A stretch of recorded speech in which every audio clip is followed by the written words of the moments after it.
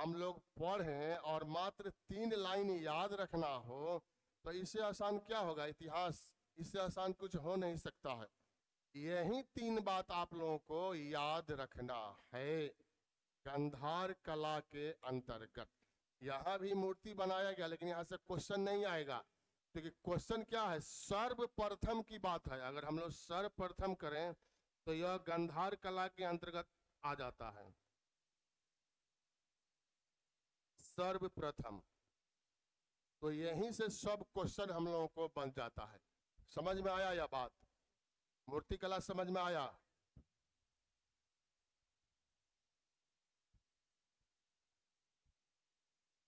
कैसे आगे बढ़ेगा बाबू? आगे? अच्छा, आप आगे इससे।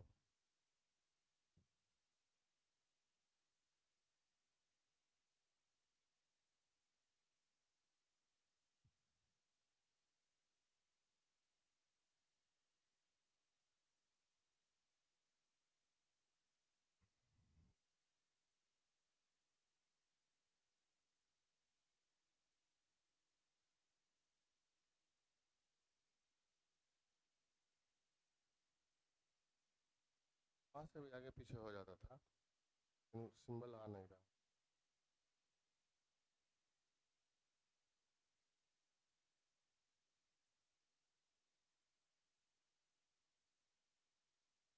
तो मूर्ति कला हम लोग पढ़े। चलिए ज्योति आप बता दीजिए कि किस कला के मिश्रण से गंधार कला का जन्म हुआ? हिंद प्लस। आप एक पॉइंट बताइए। इस कला के अंतर्गत सबसे पहले भगवान बुद्ध की मूर्ति बनाया गया? गंधार। गंधार की राजधानी वो हम बताए नहीं है, लेकिन ऐसे पूछ रहे हैं। तक्ष विश्व का सबसे प्राचीन विश्वविद्यालय है तक्षशिला। वो हम लोग पढ़ेंगे, लेकिन आगे पढ़ेंगे। बैठिए। तो स्वदेशी और विदेशी में मथुरा कला स्वदेशी था कि गंधार कला? मथुरा कला। और यूनान के प्रमुख देवता का नाम क्या था? अपोलो।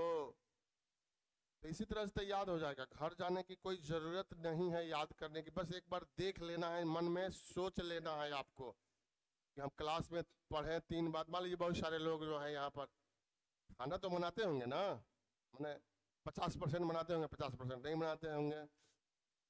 तो गर्ल्स ज़्यादा नहीं बनाती हैं, चूंकि ये लोग रहते हैं हॉस्टल में। लेकिन बनाने के समय में भी, खाने के समय में भी हम अगर सोच लें उस बात को कि आज हम पढ़े मूर्ति कला के बारे में, क्या क्या हमको बोर्ड पर दिखलाई दिया, कभी भी आप नहीं भूलिएगा। तो दोहराना तो पड़ेगा। हम लोग रात में 11 बजे अपना कुर्सी निकालते थे, 3 आदमी हम लोग। हम कॉलेज लाइफ का बात बता रहे हैं। और वहां पर हम लोग पढ़ते थे जीएस। इतना पेज दे दिया गया, इसको एकदम रट जाना। हम लोग तो कोई बताने वाला भी नहीं था, रट लेते थे। तब एक एक करके पूछा जाता था, याद हो जाता था। तो आप कभी भी उसको रिपीट कर लीजिए, याद हो जाएगा। और अब हम लोग यहाँ देखेंगे चित्रकला। तो चित्रकला में बहुत सारा चीज आप लोग जानते होंगे, क्योंकि नाम जो है बहुत चर्चित नाम है, तो वह और आसान हो जाएगा। जैसे यहाँ देखिए,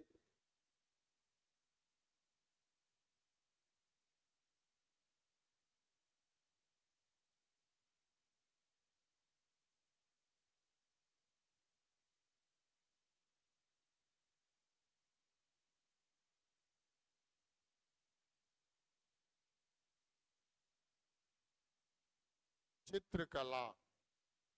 इस चित्रकला से भी भारत के इतिहास निर्माण के बारे में जानकारी, बहुत सारी चीजें मिल जाती हैं। तो यहाँ चित्रकला हम लोग देखेंगे।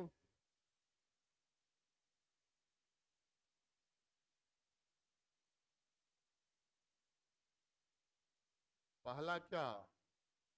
अजंता की चित्रकला।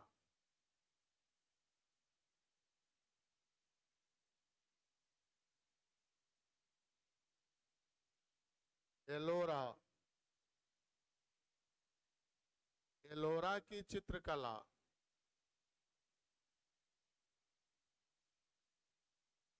एलिफेंटा की चित्रकला।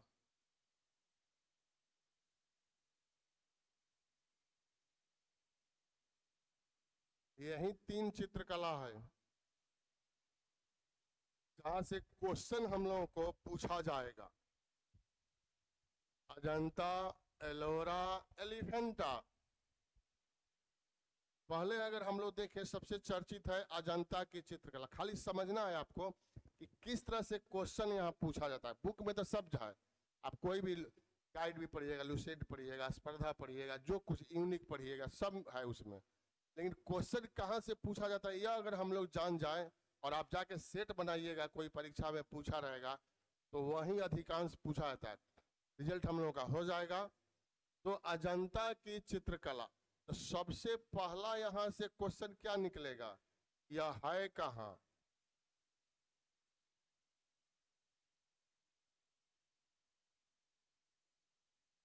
महाराष्ट्र के, बिहार में भी औरंगाबाद जिला है ना, लेकिन यह आपको महाराष्ट्र,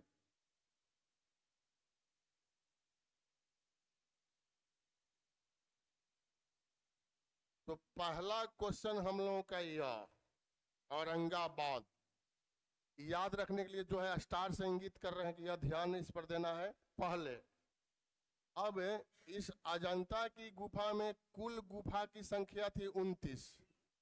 29 माने 29 गुफा वहां बनाया गया था, उस पर चित्रकारी किया गया था। लेकिन वर्तमान में कितने बचे हैं? 6। 6 सुरक्षित हैं और सब जो है वह नष्ट हो गया है। और यह 6 जो हैं, यह है 1, 2, 9, 10 और 16, 17। यह गुफा संख्या है कि जुड़वा में है। 1, 2 है, शेष बचा हुआ, 9, 10 है, शेष बचा हुआ, 16, 17 शेष बचा हुआ। यह समझने के लिए, यह आपको याद नहीं रखना है गुफा वगैरह, लेकिन कोई पूछे तो अगर आपको याद है तो आप बता दीजिए कि कुल 29 गुफा था, लेकिन इसमें से वर्तमान में 6 गुफा ही बचा हुआ है। 1, 2, 9, 10, 16, 17 जो जुड़वा के रूप में, जुड़वा अंक कह सकते हैं, के रूप में सुरक्षित है। अब यह 1, 2, 9, 10, 16, 17 जो आप देख रहे हैं, तो 16, 17 महत्वपूर्ण है। या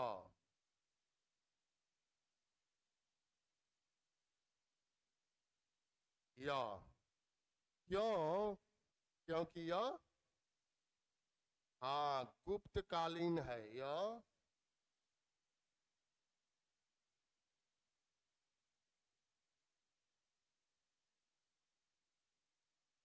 गुप्त गुप्त काल में कला के क्षेत्र में बहुत अधिक विकास हुआ था, इसलिए गुप्त काल को क्या कहते हैं? स्वर्ण काल की संज्ञा दी गई है। तो 16, 17 गुप्तकालीन। भगवान बुद्ध के बारे में हम लोग मिडिल स्कूल या हाई स्कूल वगैरह में पढ़े होंगे कि भगवान बुद्ध बिना बताए घर वालों को गृह का त्याग कर देते हैं और सन्यासी बन जाते हैं ना। तो उसी को यहाँ चित्र के रूप में दर्शाया गया है। मान लीजिए कि कोई भी व्यक्ति अपने फैमिली को कुछ नहीं बताए, यहाँ तक कि अपनी पत्नी को कुछ नहीं बताए और घर छोड़ करके आधी रात में निकल जाए, सुबह में पता चले तो उनकी दशा किस प्रकार की होगी, उसी बात को यहाँ चित्र के रूप में दर्शाया गया है। तो गुफा संख्या 16 में, इसमें वाराणसन,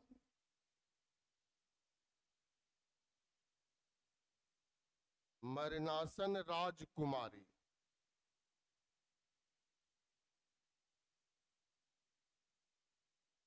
का चित्र जो है वह दर्शाया गया है। भगवान बुद्ध की पत्नी का नाम क्या था? यशोधरा। तो यशोधरा मतलब कि जब उन्होंने सुना कि भगवान, मतलब उस समय सिद्धार्थ नाम था, कि मेरे पति सिद्धार्थ जो है वह सन्यासी बन गए और चले गए छोड़ करके, उनकी स्थिति जो है मरने के समान हो गई। मरनासन माने मृत्यु के बिल्कुल करीब पहुंच गई। तो उसी चीज को यहाँ दर्शा दिया गया है। तो नाम भी रखा गया मरनासन राजकुमारी का चित्र, और 17 में माता और शिशु का चित्र है। भगवान बुद्ध के पुत्र का नाम क्या था? राहुल। तो उसी को दर्शाया, जो छोटे बालक थे गोद में ली हुई हैं, और उन चित्र को यह बहुत देखने से बहुत ही मार्मिक लगता है, आपको दया का भाव लगेगा देखिएगा तो, कि उस छोटे से बालक को और यशोधरा को छोड़ करके भगवान चले गए। तो माता और शिशु का चित्र किसमें है? माँ।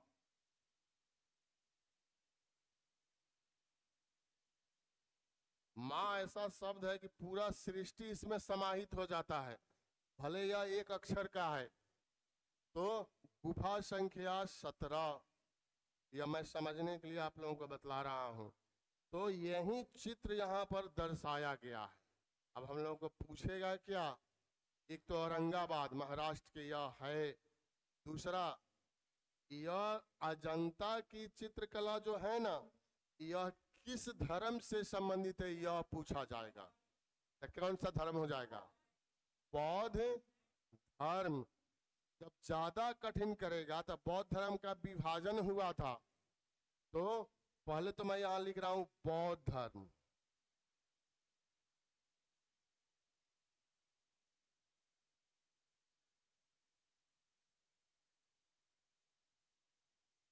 किस धर्म से संबंधित? बौद्ध धर्म से संबंधित।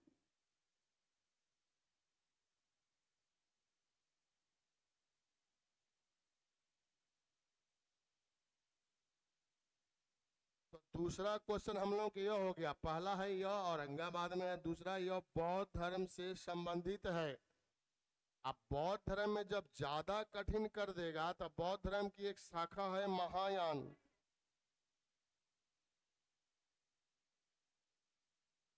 आगे पढ़ेंगे यह महायान हीनयान। तो कभी कभी आपको दे देगा यह बौद्ध धर्म से संबंधित न दे करके किससे संबंधित दे देगा? महायान। चौथी बौद्ध संगति में बौद्ध धर्म में विभाजन हो गया, हीनयान और महायान दो भाग बट करके आए। महायान आधुनिक विचारधारा को मानता है और हीनयान जो है प्राचीन विचारधारा को मानता है। तो वहीं महायान यह शाखा था। तो यह अजंता की चित्रकला से संबंधित है। यही महत्वपूर्ण बात हम लोगों को ध्यान में रखना है। 2 पॉइंट आपको याद रखना है, और वह पॉइंट है कि यह अजंता की चित्रकला है कहाँ? औरंगाबाद में। और दूसरा यह किस धर्म से संबंधित है? जब गुप्त काल हम लोग पढ़ेंगे ना, तो फिर यह आएगा चित्रकला में, तो फिर वहां आपको रिपीट कराया जाएगा। तो आपको ऐसे आज ही याद हो जाना चाहिए, 2 ही पॉइंट है, और याद हो जाए तो और अच्छी बात है, लेकिन 2 पहले हम लोगों को लाइन याद रख लेना है अजंता की चित्रकला से। अब यहाँ हम लोग देख रहे हैं एलोरा की चित्रकला। एलोरा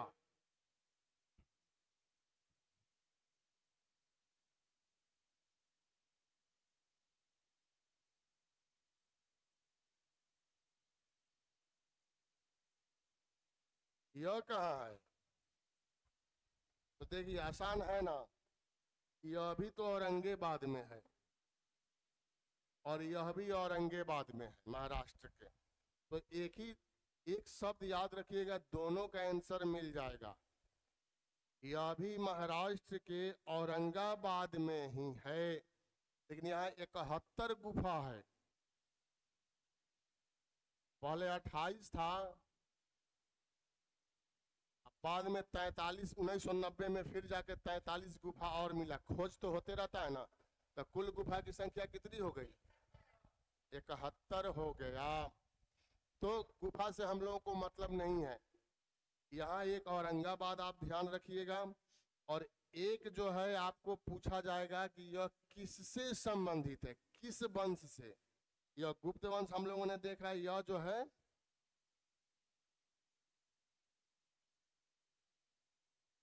राष्ट्रकूट वंश। राष्ट्रकूट वंश पढ़ा जाता है। बहुत आगे है, दक्षिण भारत हम लोग जाएंगे तब पढ़ेंगे, अभी बहुत टाइम लगेगा उसमें। तो राष्ट्रकूटों के कला को माने पूरे भारत के संदर्भ में नहीं, विश्व के इतिहास में भी माना जाता है कि यह लोग कला के क्षेत्र में बहुत आगे थे। चट्टान को काट करके इन लोगों ने मंदिर का निर्माण कर दिया था। चट्टान को काट करके इन्होंने चित्रकला का निर्माण कर दिया था। तो आप खुद सोचिए ना कि उस समय वैसी तकनीक रही होगी। अभी तो जैसे भी आ गया कि एक एक बार उठा करके आपको इधर से उधर कर देगा। ऐसा ऐसा मशीन आ गया है कि इस मकान को उठा देता है ऊपर और इस मकान को कर देता है नीचे, कहीं भी 1 इंच दरार भी नहीं आता है। उस समय वैसा तकनीक नहीं था। फिर भी वैसा तकनीक भारत में जरूर था कि चट्टान को काट करके मंदिर, एक भी जोड़ नहीं है। ये नहीं है कि यहाँ ईंटा लगाया गया और जोड़ है, नहीं, छेनी हथौड़ी से काट करके भव्य भव्य मंदिर बनाया गया और उस कार्य को राष्ट्रकूटों ने किया। तो सीधे सीधे क्वेश्चन आएगा आपको, ये एलोरा संबंधित है किस वंश से? तो आंसर क्या होगा? राष्ट्रकूट वंश से। यहां पर हम लोगों ने देखा कि 71 गुफा और यह 2 पॉइंट। तीसरा पॉइंट है यह किस धर्म से संबंधित है। यह कई बार परीक्षा में पूछा है, इवन बीपीएससी की परीक्षा में भी पूछ दिया गया, आपके एसएससी के परीक्षा में, आपके रेलवे की परीक्षा में, मतलब जिसमें जिस जीएस है उसमें यह पूछा गया है किस धर्म से संबंधित है। तीनों धर्म से संबंधित है। तीनों धर्म कौन? हाँ, हिंदू, हिंदू धर्म को सनातन धर्म कहते हैं, बौद्ध धर्म,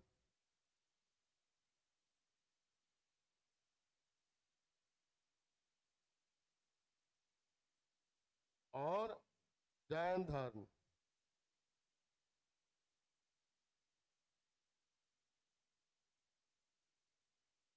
यह जो आप देख रहे हैं तो यह तीनों धर्म से संबंधित है। तो यही इसका सबसे महत्वपूर्ण प्रश्न है। आप अगर 3 में याद रखिएगा तो सबसे पहले क्या याद रखेंगे?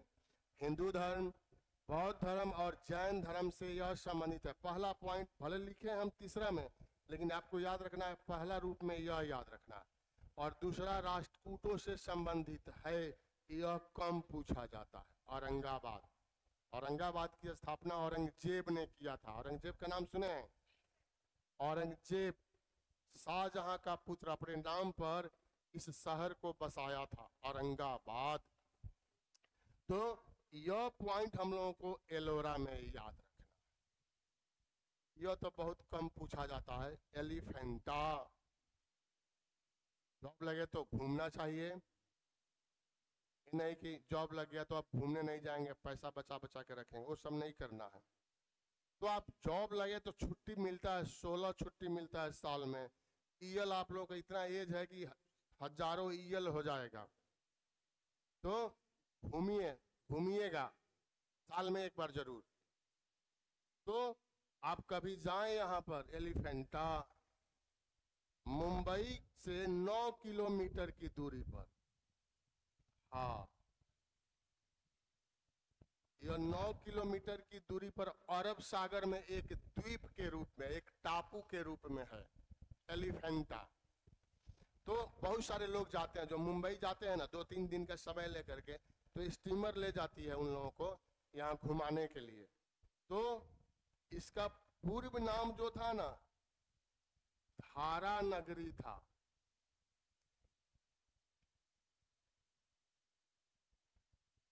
मतलब समुद्र के बीच में यह है, धारा नगरी, धारा, समुद्र की धारा में। तो इसलिए नाम इसका प्राचीन क्या हो गया? धारा नगरी। और जब पुर्तगाली लोग यहाँ पर आए ना, अंग्रेज आए, पुर्तगाली आए, फ्रांसीसी आए, डच आए, डेन आए, तो उसी में पुर्तगाली लोग शिकार खेलने के लिए गए। जंगल वाला एरिया था, तो शिकार खेलने के लिए जब गए वहां पर, तो वहां पर एक विशाल हाथी की मूर्ति देखा, चट्टान को काट करके बनाया गया, आज भी है। विशाल जो है ना, पत्थर को काट करके हाथी की मूर्ति बनाया गया था। इसीलिए इस धारा नगरी का नाम क्या रख दिया? एलिफेंटा। उसी मूर्ति को देख करके इस धारा नगरी का नाम जो है वह एलिफेंटा रख दिया गया। तो एलिफेंटा नाम किसने रखा? पुर्तगालियों ने। एलिफेंटा नाम जो है वह पुर्तगालियों ने इसको रख दिया, तभी से यह एलिफेंटा के नाम से विख्यात जो है वह हो गया। अब यह धर्म की बात अगर हम लोग करें तो यहाँ विश्वविख्यात भगवान शिव की त्रिमूर्ति मिला है, तो यह किस धर्म से संबंधित हो जाएगा? शैव धर्म।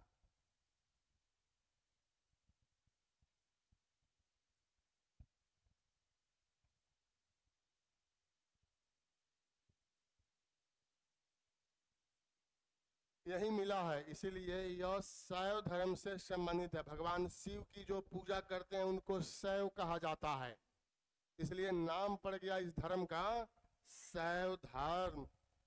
तो यही हम लोगों का चित्रकला से संबंधित, यहाँ के लिए यही हम लोगों को चित्रकला से संबंधित बात है। अंतर इसमें धर्म में क्या आ रहा है बताइए, बोलिए। तीनों में धर्म में क्या अंतर आ रहा है?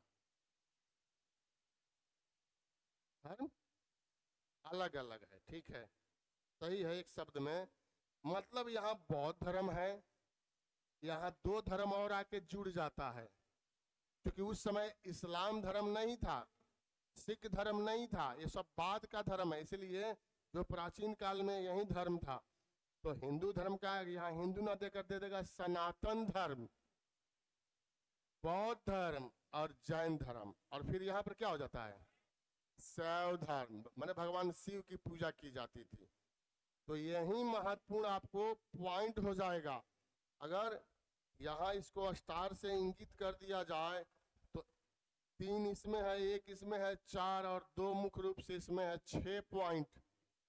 6 पॉइंट ही तो हम लोगों को यहाँ के लिए याद रखना है, तो 6 पॉइंट तो हम लोगों को याद हो ही जाएगा। जैसे अजंता किस जिला में है, किस धर्म से संबंधित है, और 16 और 17 किस से संबंधित, किस वंश से संबंधित? यहाँ लिखा हुआ है बौद्ध धर्म कहेंगे, किस धर्म से कहेंगे तो बौद्ध धर्म, और वंश कहेंगे तो गुप्तकालीन जो आप लोगों ने बतलाया। और एलोरा किस जिला में है, किस धर्म से? नागेश्वर बाबा का नाम सुने हैं ना, तो हमेशा सनातन धर्म सनातन करते हैं ना, कि मैं सनातनी हूँ, अखंड भारत और सनातन धर्म। सनातन धर्म से ही सभी धर्म का जन्म हुआ, उसी में क्योंकि हिंदू लोगों ने अपनाया तो उसको हिंदू धर्म भी कहते हैं। तो यह आपको ध्यान रखना होगा, परीक्षा में किसी भी दृष्टिकोण से गलत नहीं करना है। मान लीजिए यहाँ नहीं देगा हिंदू धर्म तो सनातन दे देगा।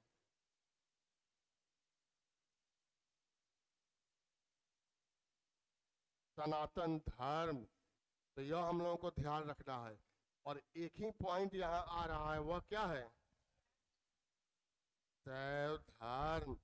तो यही तो है, आसान तो है, चित्रकला तो बिल्कुल आसान है। अब इसके बाद है सिक्का, छोटा सा सिक्का, और उससे सभी जानकारी हम लोगों को मिल जाती है। सभी का मतलब क्या? सामाजिक जीवन, राजनीतिक जीवन, धार्मिक जीवन और आर्थिक जीवन, 4 अवस्था इसको कहते हैं। चारों अवस्था के बारे में जानकारी मिलती है। बागेश्वर बाबा आए थे तो गए थे आप लोग मिलने? कोई गया था? जाना है, जाना चाहिए ना। लोग जा रहा है राजस्थान और आप लोग यहाँ नहीं गए, यहीं से अर्जी लगा दीजिए। सही बात है, जगह नहीं था वहाँ, बचा ही नहीं था। समझिए गांधी मैदान में होता तो क्या हाल होता।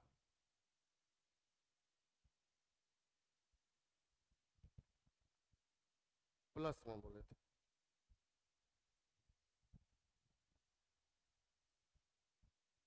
कहाँ ऊपर बोल रहे हैं? यहाँ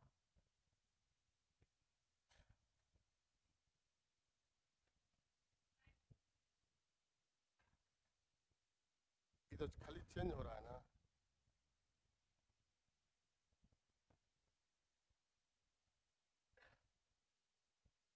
कैसे क्लास होगा बाबू?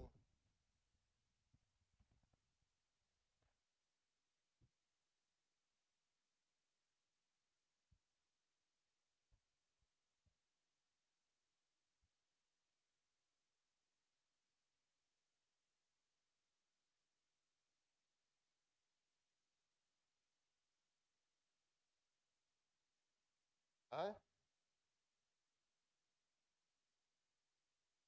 बोलो।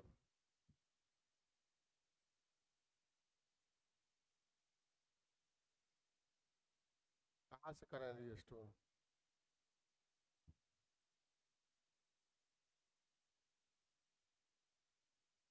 कहाँ? वाह, तकनीकी रूप में मैं पूरा फेल हूँ। और पढ़ा सकते हैं। अभी आगे बढ़ाना है तो यहाँ कहाँ से बढ़ेगा ये भी बता दीजिए। क्या नाम हुआ? बताओ। सिंपल रहना चाहिए ना, आगे पीछे बढ़ा दे।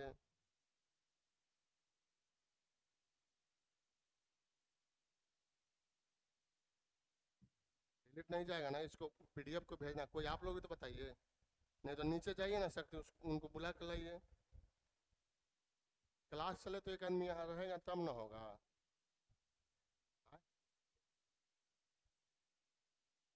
इसमें ऑनलाइन जो हो रहा है उसमें भेजना है ना बाबू, पीडीएफ।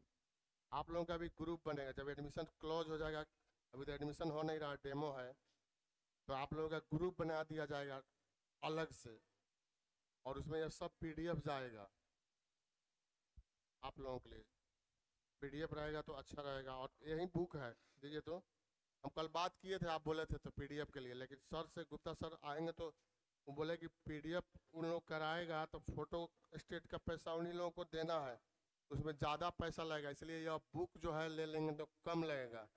तो उस पर अभी बुक आया नहीं है, तो उस पर आप लोगों को पूछना होगा, क्योंकि यह बुक में जो है ना क्वेश्चन भी दिया मेरा ही लिखा हुआ है, और इससे बाहर कुछ होता नहीं है बीपीएससी तक।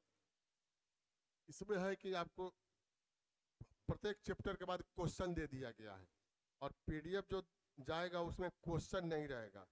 तो यह बुक जब ऑफिस में आ जाएगा तो आप लोग ले सकते हैं। इसी से मैं पढ़ाता हूँ, क्योंकि इससे बाहर कुछ नहीं जाता है। आप बीपीएससी में भी क्वेश्चन आएगा 40 तो 38-40 इसमें रहता है।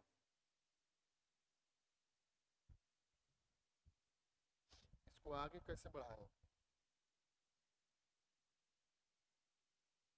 हमको बता दीजिएगा तब ना। कहाँ से?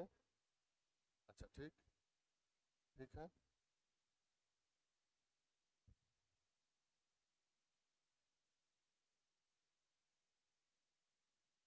ठीक। आप लाइव तो नहीं जा रहा है? तो मैंने कहा कि छोटा सा एक सिक्का से सभी चीज के बारे में जानकारी मिलती है, आपको यहाँ समझना है। पॉकेट में आपका सिक्का होगा, उससे भी आप समझ सकते हैं।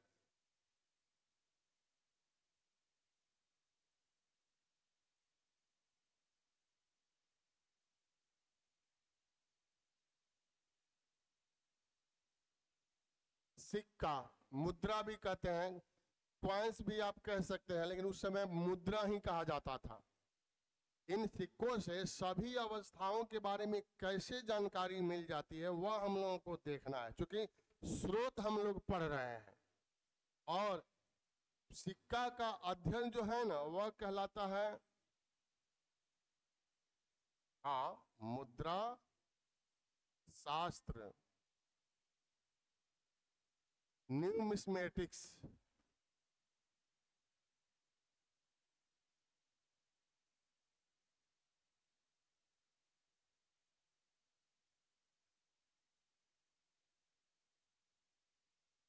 तो न्यूमिस्मेटिक्स इसके अध्ययन को हम लोग कहते हैं।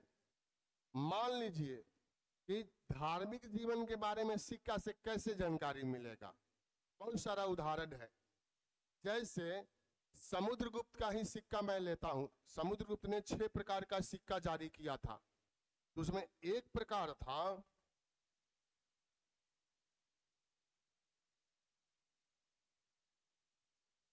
गरुड़ सिक्का। गरुड़ पक्षी का नाम है, समझ रहे हैं ना गरुड़ को? तो गरुड़ किसका वाहन है? धार्मिक दृष्टिकोण से देखा जाए तो किसका? भगवान विष्णु का। सही तो है, भगवान विष्णु का वाहन इसको माना गया है, गरुड़ का। और समुद्रगुप्त ने गरुड़ प्रकार का सिक्का जो है वह जारी किया था। तो इस सिक्का से किस धर्म के बारे में जानकारी मिलता है? बोलिए। वैष्णव।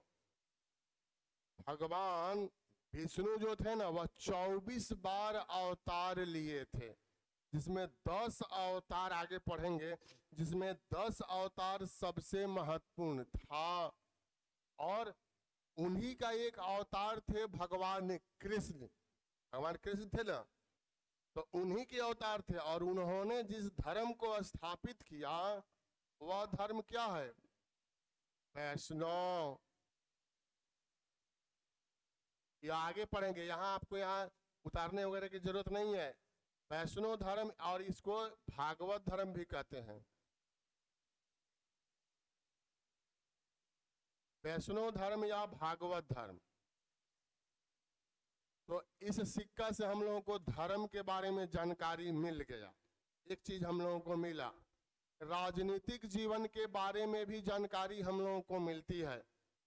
जैसे शासक लोग थे ना, तो जिस क्षेत्र को जीतते थे उसके उपलक्ष्य में सिक्का जारी करते थे।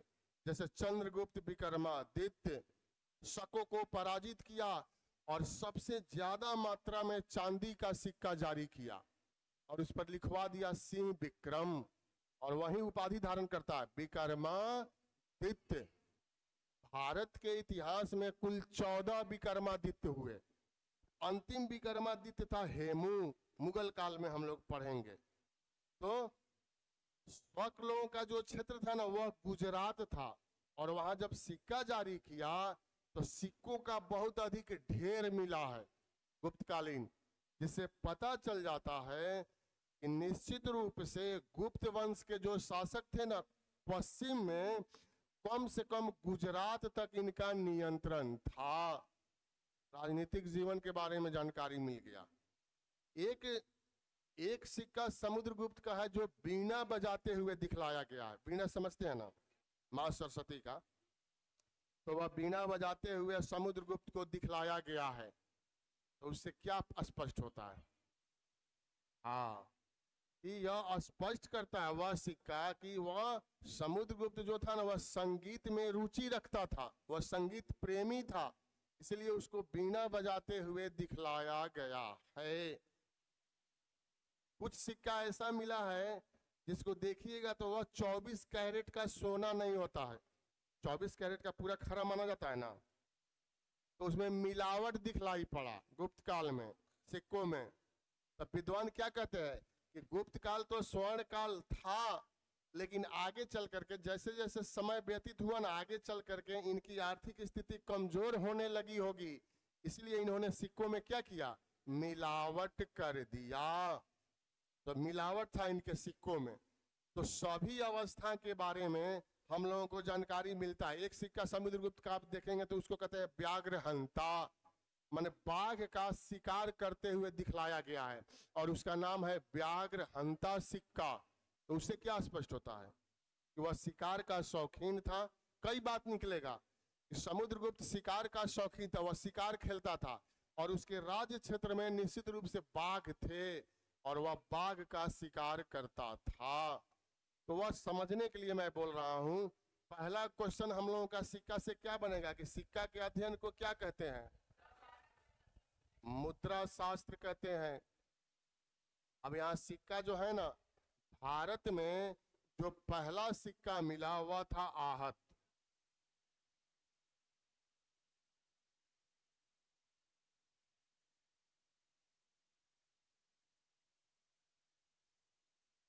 बिल्कुल सही आपका बात है, पंच मार्क कहते हैं इसको।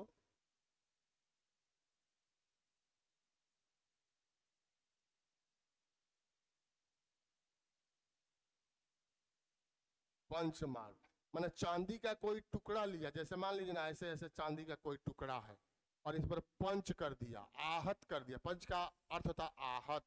इस पर ऐसे छाप दिया, तो इस पर राजा का नाम नहीं लिखा हुआ, ना तिथि क्रम है, पशु पक्षी पेड़ पौधे का चित्र जो है ना इस पर अंकित हो गया। इसी को कहते हैं आहत सिक्का या पंचमार्ग सिक्का 600 बीसी। माने सिक्कों का प्रचलन भारत में भगवान बुद्ध के काल से हुआ, 600 बीसी से हुआ। तो इन सिक्कों से क्या राजा के बारे में जानकारी मिल सकता है? नहीं मिलेगा, क्योंकि राजा का नाम ही नहीं है। राजा का क्या काल था वह भी नहीं मिलेगा, लेकिन प्रयास पहला किया गया था और यह चांदी का होता था। चांदी के प्रथम सिक्के को भारत में आहत सिक्का या पंचमार्क सिक्का कहा गया, जो 600 ईसा पूर्व में बनाया गया था, लेकिन इसमें कोई राजा का नाम नहीं है, कोई लेख जो है वह अंकित नहीं है। तो एक पॉइंट यह भी होगा, पहला सिक्का तो आहत। अब इसमें दो चार क्वेश्चन बनेगा, वो अगर आप दिमाग में रख लेते हैं, सिक्का से कोई भी क्वेश्चन पूछेगा आपका छूटेगा नहीं। सबसे पहले सोने का सिक्का किसने जारी किया? सर्वप्रथम बोलिए। स्वर्ण सिक्का। गलत होगा तो क्या हो जाएगा? कुषाण की हिंद यूनानी?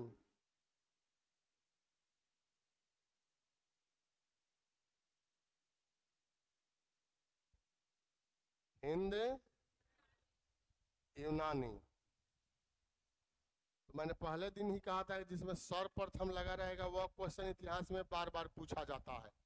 तो सबसे पहले स्वर्ण सिक्का हिंद यूनानी, और सबसे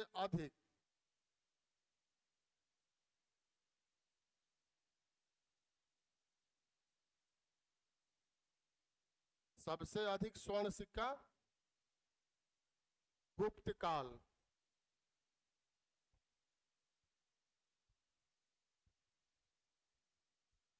गुप्त काल। सबसे अधिक शुद्ध, हाँ, सबसे अधिक शुद्ध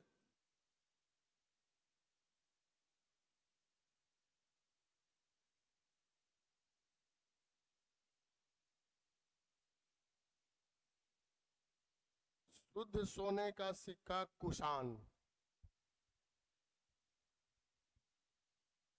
तो अंतर क्या आ रहा है इसमें? सबसे अधिक और सबसे अधिक में अंतर क्या आ रहा है? तब न लगेगा कि आप समझे। ठीक है, जैसे मान लीजिए कि यहाँ पर 100 सिक्का जारी किया गया, सबसे अधिक सोने का सिक्का गुप्त कालों ने, लेकिन इसमें मिलावट था, यह शुद्ध जो है वह नहीं था। इन्होंने 90 ही जारी किया, लेकिन यह 90 भी हो सकता है, 100 भी हो सकता है, 90 ही जारी किया, लेकिन यह सबसे अधिक शुद्ध था। इसमें मिलावट जो है वह नहीं था। तो यह अंतर आपको क्वेश्चन में देखना होगा, या नहीं कि हड़बड़ी में गुप्त काल ही दे देना होगा। एक और है कि सर्वप्रथम सीसा और प्रोटीन, सर्वप्रथम सीसा का सिक्का भी बना था, और प्रोटीन एक धातु है उसका भी।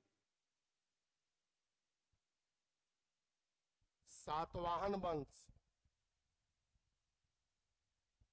यह हम लोग वंश का नाम लिख रहे हैं ना, तो फिर वहां चलेंगे तो वहां पर भी आपको फिर पढ़ना होगा, तो दोहराया जाएगा तो आपको याद हो जाएगा।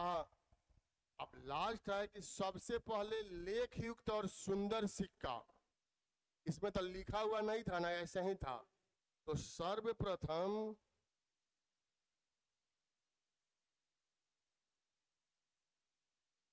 लेख युक्त माने लिखा हुआ, इस पर ईस्वी सन हो, राजा का नाम हो, और सुंदर, देखने में आकर्षक लगे, सुंदर लगे, हिंद यूनानी। यह भी हिंद यूनानी ही होगा। तो यही सिक्का से संबंधित हम लोगों का महत्वपूर्ण जो है प्रश्न यहीं से आपको पूछेगा। सिक्का तो और है, लेकिन हम लोग आगे जब बढ़ेंगे, जैसे चमड़े का सिक्का तो हुमायूं के काल में जारी किया गया था, तो वह अलग बात है। प्राचीन काल में सिक्का से संबंधित यह महत्वपूर्ण पॉइंट जो है वह हम लोगों को पूछ सकता है। तो यह हम लोग पढ़े चित्रकला, मूर्तिकला और सिक्का के बारे में। अब हम लोग को केवल बचा है भवन एवं स्मारक, लेकिन केवल कहने का मतलब यह नहीं है कि वह संक्षिप्त है। उसमें एक क्लास हम लोगों को और लगेगा, क्योंकि उसमें आप जानेंगे चैत्य के बारे में, उसमें जानेंगे स्तूप के बारे में, उसमें स्तंभ है, विहार है, बहुत सारा चीज है। तब जाकर के हम लोगों का पूरा तात्विक स्रोत जो है वह समाप्त हो जाएगा। तो यह समझ में आ रहा है ना? यह समझ में आया? लिख लिया आप लोग? क्या उतार लिए? आगे बढ़े?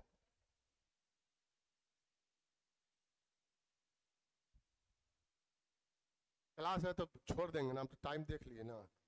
एक दो पॉइंट पूछ लेते हैं कि भारत का प्रथम सिक्का का नाम क्या था? सबसे पहले सोने का सिक्का किसने जारी किया? सबसे अधिक सोने का सिक्का किसने जारी किया?